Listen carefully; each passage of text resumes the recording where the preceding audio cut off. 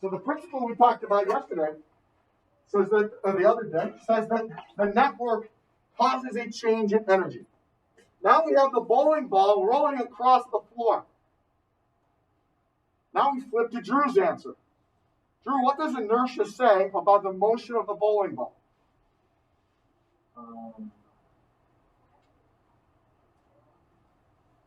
You mentioned that term. You said the bowling ball has a high inertia. What does inertia say about the motion of the bowling ball? Or what does it say about the motion of anything? It has more potential to move more. No, at its crux, Emma, what's inertia? It wants to keep moving at the same velocity, the same direction. Yeah, inertia means it wants to do what it's currently doing. So once I get the bowling ball going, what does it want to do? It wants to keep going at the same speed, in the same direction, at the same height, unless something changes it. So if the bowling ball, so let's switch from Drew's perspective, and let's flip our perspective to energy. What's the propensity of the bowling ball's kinetic energy once it's moving? If inertia tells us that the bowling ball wants to stay moving at a constant speed, then what does that say about the kinetic energy? It's constant. All right. Well, what does it say about the potential energy? It's constant. What's it say about that's the gravitational potential. And there is no elastic potential energy. My point here is that the bowling ball's energy has the propensity to stay the same. Does that make sense to everybody? Okay? Emma, stand up for me. Now I take the bowling ball and I roll it again, and Emma stops the bowling ball. The bowling ball's got the propensity to have the same energy as it rolls between me and Emma. Then what does Emma do? Stops it. She does work against it. If she didn't do any work against it, what would happen to the total amount of energy for that bowling ball? It would stay the same. Today, we are talking about the idea of conservation of mechanical energy. You're good, Emma. Thanks.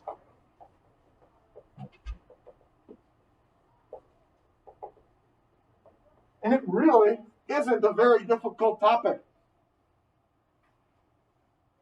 Not surprisingly, it's just another way of talking about Newton's laws.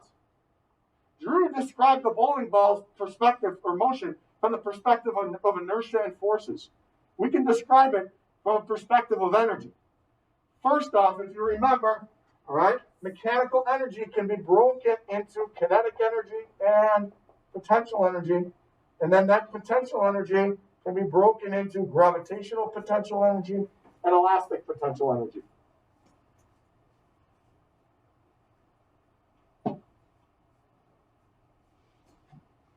All conservation of mechanical energy says is in the absence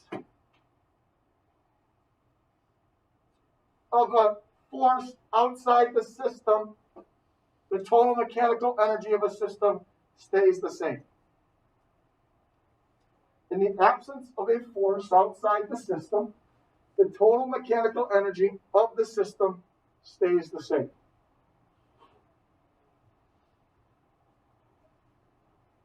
Now, this idea of system can become a little gray. But we're going to do our best to have it not be gray and do some clarifying. Clearly in my example here, who's outside the system? Emma is outside the system. She changed the mechanical energy of the bowling ball. But sometimes it's a little bit greater. But there's often times where this is as straightforward as you can possibly imagine. Let me give you an example. All right, here's the soccer ball. What does it possess right now? Gravitational potential energy. Now, in order for it to possess gravitational potential energy, it and the Earth have to be in the system. Because the ball's got to have gravitational potential energy by itself. If the system is only the ball, it can't have any energy. Because it clearly doesn't have kinetic energy, right? And it clearly doesn't have elastic potential energy. And the only reason it's got gravitational potential energy is we are taking its height above some baseline, which is the ground. An object by itself can't have gravitational potential energy because it's got to have something to compare it to with respect to that gravitational potential energy. So our gravitational potential energy has the Earth and gravity within the system. So when I drop the ball, the force of gravity is acting on the ball, but that's within our system because the system is the ball and the Earth. So as this ball falls down, are there any forces outside the system acting on the ball? If the Earth is within the system, and the Earth is exerting that gravitational force, and the only force is acting within the system. So are there any forces outside the system acting on this ball? No. So what do we know about the total mechanical energy of the ball on the way down? It stays the same. Now what happens? It goes from what type of energy way up here? Gravitational potential energy, and ends up as kinetic energy right before it hits the ground. But what happens to the total amount of energy? It stays the same. That's conservation of mechanical energy. Now imagine a different situation. I take the ball, and on the way down, only gravity's acting. As opposed to, on the way down, I act on the ball. What have I added to the system? I've exerted a force, I've exerted a force over a distance, and therefore done work on the ball and added energy to the system. We are talking about situations where there are no outside forces acting on the system, and therefore mechanical energy is conserved. Okay? Now, let's think about this. Here's the soccer ball. Okay? Let's call the top E1. And then right before this thing hits the ground, that's location 2. Just before this thing hits the ground. Now, mathematically, we can say that the total energy at spot 1 is equal to the total energy at spot 2. Now, I like to use all of our energies and carry this thing out and then adjust from there so we're prepared for any particular situation.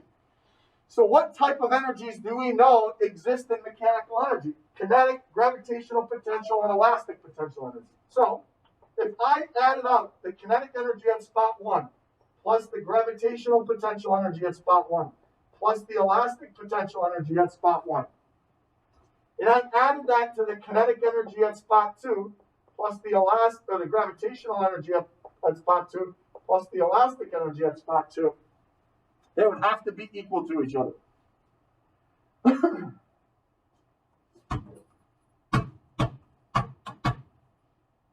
Well, clearly, if I hold the ball up here, is there any kinetic energy?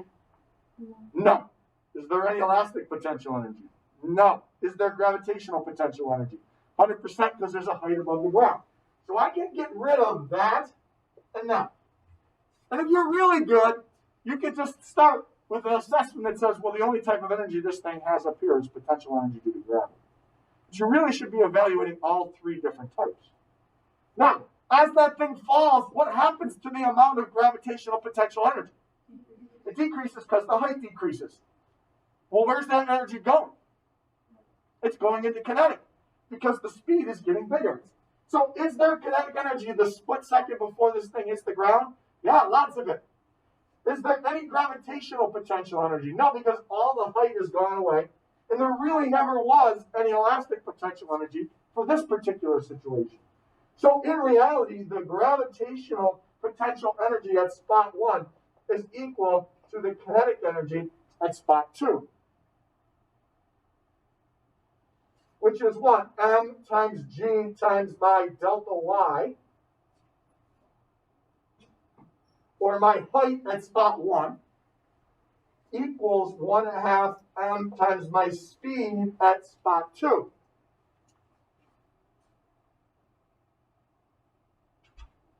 Julie, if I solve this for the velocity down here at the bottom, what's it equal?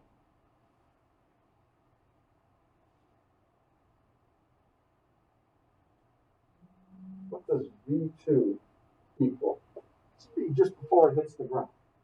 It's 2 times mg delta y1 over m squared root. Yeah, but the m's would then cancel out, right?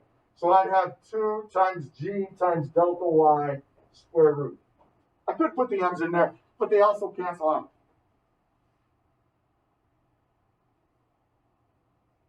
Now look, everybody. Last week we had 2 columns on our note sheet. And in each column, we showed how the idea of work equals change in energy is really just another way to do Newton's laws in kinematics. It's the same way with conservation of mechanical energy. Look, what's the speed up here? The speed up here, let's go V initial, is equal to 0. The speed down here is V2. We don't know that. We do know that the height here is delta y. We label it delta y1, so let's call it delta y1. And what else do we know about the motion of the ball? It's downwards and it accelerates at some rate equal to g, right? Well, now look at it. Kinematically, there's an initial velocity, a final velocity, a height, and an acceleration. Is there a kinematics equation that governs those 4 quantities?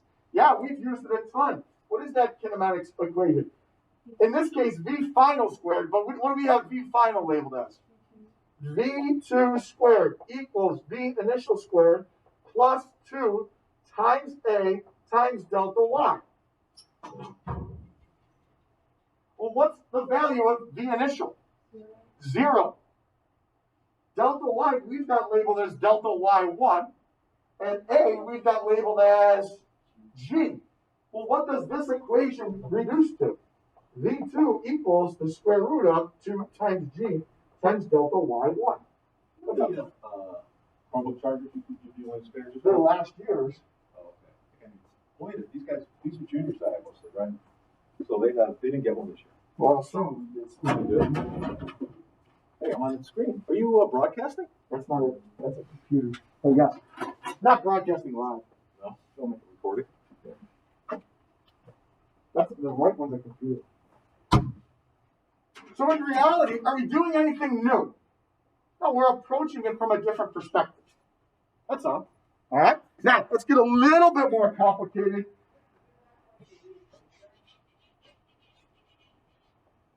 All right, the full car on the Viper has a mass of 1,000 kilograms. The cart approaches the first hill, which is 40 meters high, with a speed of 3 meters per second. The top of the first loop is 30 meters high. If no energy has been lost, how fast is the cart going at the top of the first loop? I'm going to copy this thing and put it out on Schoology so we can just go right through it. So that you have 10 minutes here to start on your homework or finish up any of the lab stuff that you might need. Okay? So look at what we got going on here. Here's the Viper, right? We're at the top of that first hill, and then it comes down and it's got a loop. This is our spot 1, and this is our spot 2. Anytime we have this conservation of energy, we're essentially comparing the energy at any 2 spots. And as long as there are no outside forces, as long as gravity is the only force acting, then we can be rest assured that mechanical energy is conserved. Now, friction is the ultimate thing here that eliminates this idea of conservation of mechanical energy. But if we've got a cart on the Viper, we can kind of assume / pretend that there is no friction. Well, if there is no friction and we have conservation of mechanical energy, then we know that the energy at spot 1 is equal to the energy at spot 2. And just like we had a system when we talk about forces, well, we got a system when we talk about energy as well. Well, kinetic energy at 1 plus gravitational potential energy at 1 plus elastic potential energy at 1 must equal the kinetic energy at 2 plus the gravitational energy at 2 plus the elastic energy at 2. Now look, right? Everybody here knows there's no springs on the Viper, right? Well, why the heck am I putting an elastic potential energy? Because guess what happens tomorrow? We put some situations in there where the springs do add to the type of energy. So I think it's easier to evaluate them all right from the start. And that gives you a little bit more ability to manipulate certain situations, right? So listen, at the top of the first hill, is there any kinetic energy? Ooh, we got some no's and we got some yeses. There'd be kinetic energy if the cart were moving. Is the cart moving at the top of the first hill? Yeah, right? So like what happens on the Viper? Really, we get this long hill, then we got this little fake little bobber, right? That little fake little bobber kind of gets you going. You're moving a little bit when you get to the top of this hill. So is there kinetic energy? Yes. There's clearly height, so there's gravitational potential energy. There's no spring, so that goes away. At the top of this loop, is there kinetic energy? 100%, it's moving. Is there gravitational potential energy? 100% because there is height above the ground. Is there any elastic? No. So now we've got 4 types of energy here, whereas over here we only had 2 to deal with. It just makes the math a little bit harder, that's all. Julie, what are we trying to find here? Does the speed of the car at the top of the loop show up any place in this sentence I have? No, it's camouflaged though. Where is it camouflaged? Kinetic energy 2. So we got to get kinetic energy 2 by itself. How do I get rid of this gravitational energy? Subtract it. So KE1 plus potential energy 1 minus potential energy 2 equals kinetic energy 2. Now, let's get that in there. So what? 1/2 mv1 squared plus mg height 1 minus mg height 2 equals 1/2 mv2 squared. Right, what are we trying to find here? B1. Trying to find B1? B2. We're trying to find B2. What's the speed of this thing at the top of that loop? What do I got to get rid of, Ryan, to find B2? You need to divide it by 1/2 m and then square root the left side. Boom, divided by 1/2 m, or multiply by 2 and divide by m. Now, divide by m is loosely stated because what term appears in each of these m's? They go away. Because when we divide by m, they're all gone. Multiply by 2 and square root it, right? So 2 times 1/2 v1 squared plus gh1 minus gh2 square rooted equals v2.